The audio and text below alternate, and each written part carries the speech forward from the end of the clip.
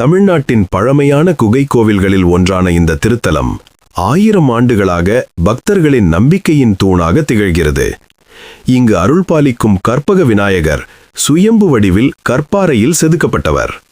கற்பக மரம் போல அருள் தரும் விநாயகர். பழமையான காலத்தில் அந்த பகுதி வறட்சியால் வாடியது. மழை பெய்யவில்லை, விளைச்சல் இல்லை, மக்கள் கவலையில் மூழ்கினர். ஒரு நாள் ஒரு முதிய முனிவர் அந்த கிராமத்துக்கு வந்தார். அவர் சொன்னார், இந்த மலைக்குள் இருக்கும் விநாயகரை மனதார பிரார்த்தனை செய்தால் உங்கள் கஷ்டம் தீரும். அந்த மலைக்குள் ஒரு குகை இருந்தது. கிராமத்தார் அனைவரும் அங்கு சென்று தீபமேற்றி வேண்டினர்.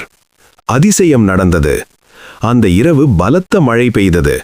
குளங்கள் நிரம்பின, வயல்கள் பசுமை பூண்டது.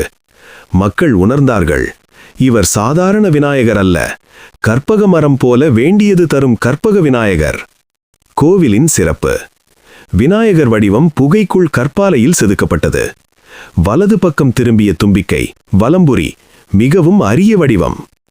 திருமணத் தடை, கல்வித் தடை, தொழில் பிரச்சனை ஆகியவற்றுக்கும் மக்கள் இங்கு பிரார்த்தனை செய்கிறார்கள். விநாயகர் சதுர்த்தி இங்கு மிக விமர்சையாக கொண்டாடப்படுகிறது. ஒரு நம்பிக்கை: மனசார கேட்டால் கற்பக விநாயகர் கைவிட மாட்டார் என்பது பக்தர்களின் அனுபவம். கற்பக விநாயகர் கோவில் வேண்டியது தரும் அருள்தலம். பிள்ளையார்பட்டி அதிசயம்: மழை பொழிந்த நாள்.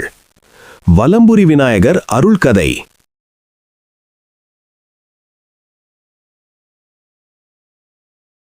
இந்த வீடியோ பார்க்கும் அனைத்து உள்ளங்களுக்கும் கற்பக விநாயகர் அருள் கிடைக்க உங்க சிவா அருள் ஜோதி சேனலை சப்ஸ்கிரைப், லைக், ஷேர் பண்ணுங்க.